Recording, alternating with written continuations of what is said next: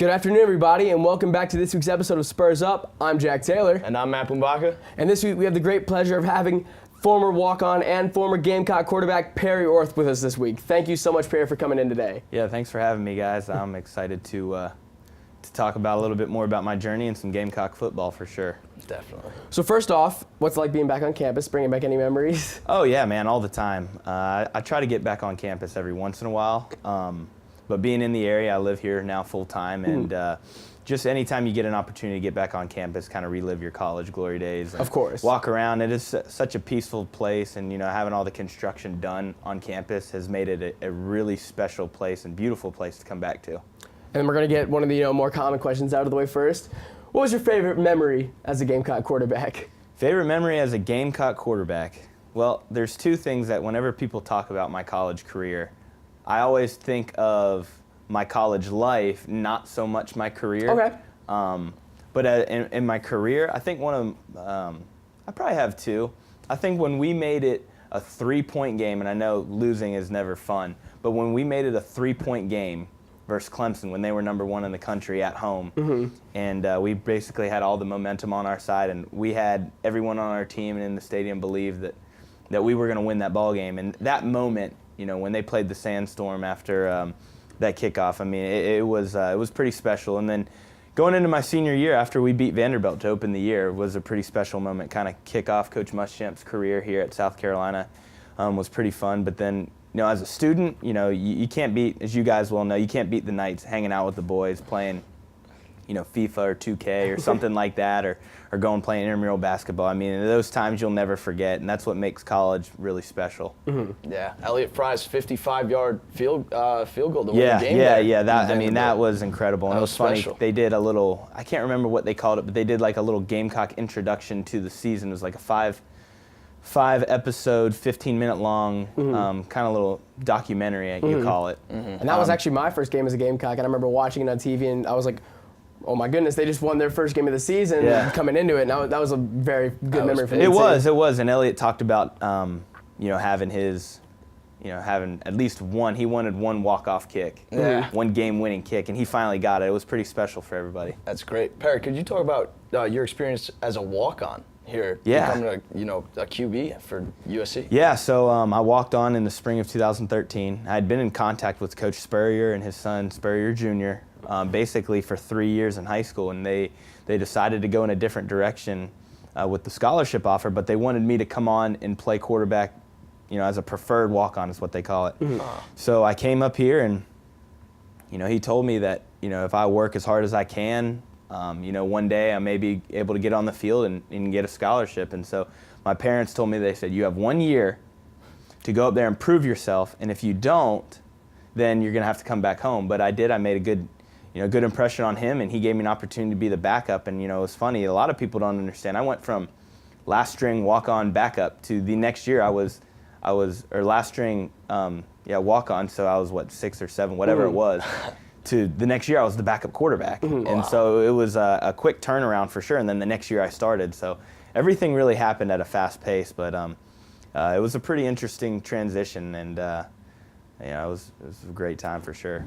Talk about you got to be on the team and even play a little bit for Spurrier, and then obviously you started with Muschamp. Yeah. What were the biggest differences between the two?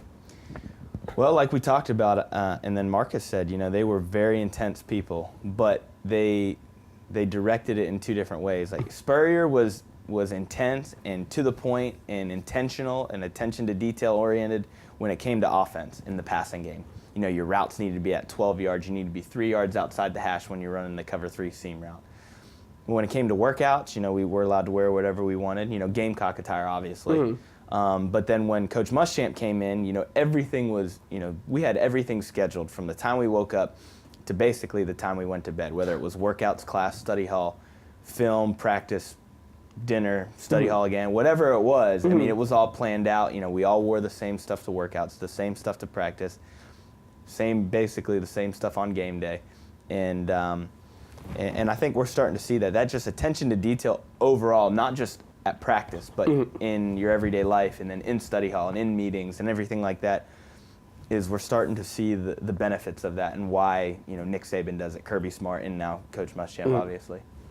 Perry, and talk about how you were actually roommates with Hayden Hearst. Yeah. And Bleach Report did a huge feature story on Hayden, but prior to the draft, which is coming up soon. Yep. And he was actually a minor league pitcher, and then he came to USC. Talk about how you were the recruiter of Hayden Hearst coming to USC. Yeah, so Hayden and I grew up together in Jacksonville. We've been playing sports against each other, never on the same team from middle school on. And our girlfriends in high school were best friends. So that's how we got close.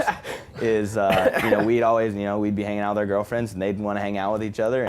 And so we spent a lot of time together. And then obviously he got drafted in the 17th round, signed a really good signing bonus, and decided to take it and go play. And the story, he got the yips, and he hit me up actually on Facebook, which is weird because I had his number. And he hit me up on Facebook and said, hey man, what's it like playing college football? And I was like, it's hard work, but I mean, it's nothing that you're not used to. You're used to hopping on a bus. I mean, it's way better than that. Yeah.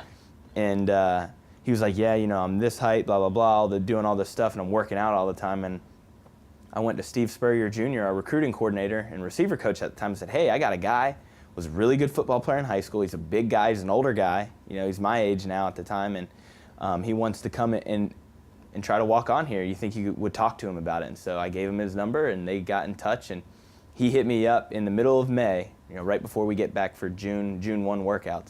Said, hey man, I'll see you in 2 weeks, I'm coming up. And I was like, all right, sweet, this is awesome. And all summer we talked about, hopefully, man, one day we'll get to play, because I was still striving to play too, and he had just got there, and we both got to play together. I don't know how many passes I threw him when we actually were playing together in the games, but I tried to throw it to him a lot. Not because he was my buddy, but because he's going to be a first-round pick. And so pretty special. And then obviously, then we moved in together, going into my senior year and his sophomore year, and then it's been pretty cool to see his growth as a guy and then as a player. Because he only really played a few years of football as a kid, 1 year of high school, and then next thing you knew, he's here, debating last season if he wanted to leave early, and then now going to be a top 25 pick is pretty special. So you were fairly instrumental in helping him along, and obviously you were one of the main aspects to help Jake mature to where he is today. What have you taken from that to help you with the quarterback camp that you now help run, QB1? Yeah, no, I just found a pleasure in kind of helping and developing quarterbacks. I understand it's such a unique position that you don't have to play it to be good as a coach, but it certainly helps to know and be like, hey man, I've been in your shoes before, this is what I did, and this is where I got. I know I didn't get to the NFL, but playing at the highest level of college football, it certainly hasn't hurt my resume when it comes to coaching. So kind of mentoring them, as kids and as guys, but then also helping them physically and what it actually takes to get to the next level, whether you have the ability to play Division I, D2, whatever the case, that's not the point. It's kind of conducting yourself to get yourself ready to play the best football you can, and that's why I've seen tremendous growth in it so far. That's great. And then just one last question. You obviously now are working for in Columbia, IMG Insurance Management Group. Yeah. Are there any aspects you've taken from playing quarterback in SEC football and try to translate that into a sales pitch? Yeah, well, it's not so much a sales pitch.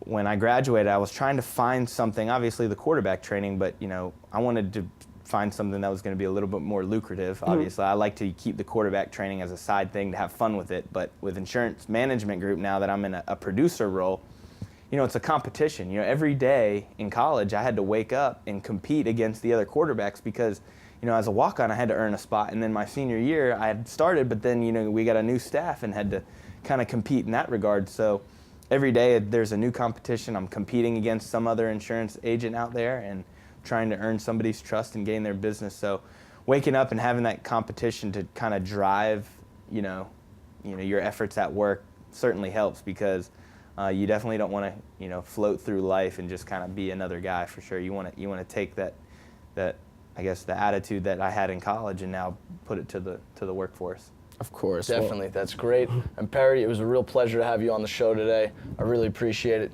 Jack? Until next time, South Carolina. Spurs up.